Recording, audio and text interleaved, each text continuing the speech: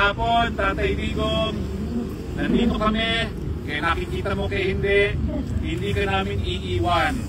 Kaya huwag kang mag-isip na ni minsan ikaw ay iiwanan ng iyong mga kababayan. Habang naririto ka, naririto rin kami. Pinangalanan na nga po namin ito as Duterte Park. At meron na rin Duterte Forest. Maya-maya, it will be the kingdom of the Dutertes. Anyway, isang mapagpalang Biyernes Santo po sa inyong lahat. Alam naman po natin kung anong nangyari noong Biyernes Santo. Ito po talaga yung pinahirapan nila ang ating Kristo. Siya po talaga ay tinorture in modern linggo. At pinabuhat ang kanyang krus na nagpapaloon ng likod, ipinako, dinagyan ng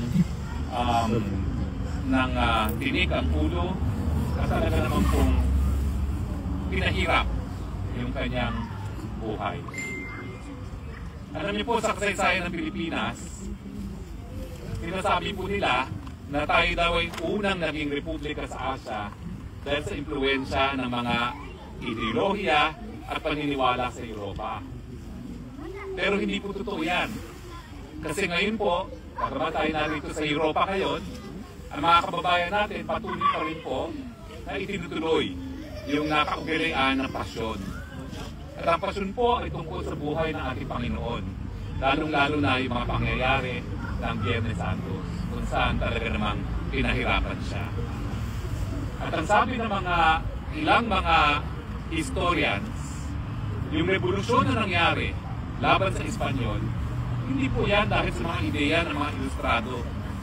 Hindi po yan dahil sa mga ideya ng demokrasya at ng liberal democracy na galing sa Europa, kung hindi ito po ay galing sa pasyon. Dahil sa isipan ng mga Pilipino, yung pahirap na ginawa nila kay Kristo ay katumbas ng pahirap ng ginawa ng mga Espanyol sa Pilipinas. Well, binabalik ko po itong pasyon at revolusyon sa araw na ito dahil meron pong mga bagong pahirap na naman sa ating bayan. Sa kauna-unahang pagkakataon po, ang ating self-rated poverty ay napakataas. Ang all-time po ay naranasan natin ng Disyembre 2024 sa administrasyon ng Marcos Jr. At ngayong Marso po, 52% ang nagugutom sa ating mga kababayan. Isa sa dalawa, Pilipino, ay gutom. Hindi ba ho ito katumbas ng pahirap na ginawa nila kay Kristo noong Biyernes Santos? Hindi lang po yan. Laganap na naman ang krimen. Hindi lang po mahihirap, hindi lang po mayayaman, lahat po nagiging biktima ng krimen. Balik na naman po mga panahon na nakakatakot lumabas ng bahay, lalong-lalo na sa mga mayaman. Ang balita ko po, nauubos ang mga sundalo natin, nagre-retire ng maaga dahil ang mga mayayaman kinukuha sila ng security. Dahil balik na naman po ang takot sa lipunan dahil sa kriminalidad. Hindi ba ho ito katumbas ng pahirap na ginawa nila ng Kristo nung mahal na araw ng taong yun? Nandiyan pa rin po ang problema sa napakataas sa presyo ng bilihin. Nandiyan din po ang problema ng kakulangan ng trabaho at ang mababang sweldo. Sino ba naman na magtataka na kulang ang trabaho at kulang ang palitang sweldo sa Pilipinas? Gayong yung pinakamalaking bansa na nagbibigay ng kapital at pinanggagalingan ng mga turista, pilit na inaaway ng Marcos Jr. dahil kinukuha niyang suporta ng mga Amerikano para lang manatili siya sa pwesto. Hindi ba po ito katumbas ng pahirap nila kay Kristo ng Biyernes Santos? At sana po, tama ang sinabi ni Dr. Hileto, yung historian na sumulat ang pasyon at revolusyon, na kung paano ang pasyon ay naging dahilan para tayo nagkaroon ng kauna-unahang republika sa Asia. Sana ang mga pahirap ngayon ng Marcos Jr. magbunga rin sa bagong revolusyon.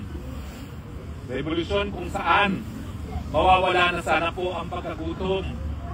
Revolusyon kung saan yung kapayapaan at mababang kriminalidad na ibinigay sa atin ni Tatay Digong ay mababalik muli. Revolusyon kung saan ang mga drug pushers at drug traffickers ay natatakot at pilit na nagtatago. At kung saan ang presyo ng mga pinagbabawal ng gamot ay lalong tumaas dahil doon sa ginagawa ng gobyerno na talagang sinusupil ang pangangalakal ng pinagbabawal na droga. Malungkot po ngayon dahil ang pagkakakulong kay Tatay Digong, yan po ipahirap sa sambayan ng Pilipino. Natumbas din ang pahirap na ginawa nila kay Kristo noong mahal na araw, ng Biyernes Santo. Pero bukas po, Sabado de Gloria. Sa Ingles, ang tawag natin sa Biyernes Santos, Good Friday. Hindi po siya naging good dahil pinahirapan nila ang ating Kristo. Hindi po siya naging good dahil pinatay nila si Kristo ngayong araw nito. It is Good Friday dahil alam po natin, in 2 days time, it will be Easter. At yan naman po pangako sa atin habang tayo po ay nananampalataya sa Panginoon, darating at darating din ang Pasko ng pagkabuhay. Darating at darating din ang Pasko ng pagkabuhay ng sambayan ng Pilipino na matatigil na ang administrasyon na napapalaganap ng gutom, matitigil na ang administrasyon na nanunupil ng karapatang pantao, matitigil na ang administrasyon na lantaran ang korupsyon. Darating din ang Pasko ng pagkabuhay. Yes. Amen.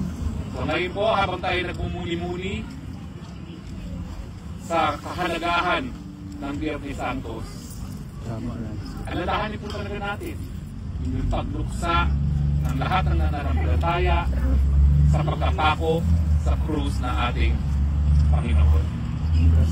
Pero gaya ng aking sinabi, isang tulog na lang, darating naman ang Pasko ng pagkabuhay.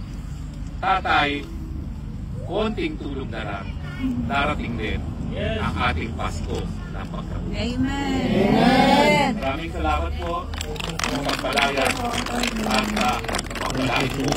Yan ang sa atin.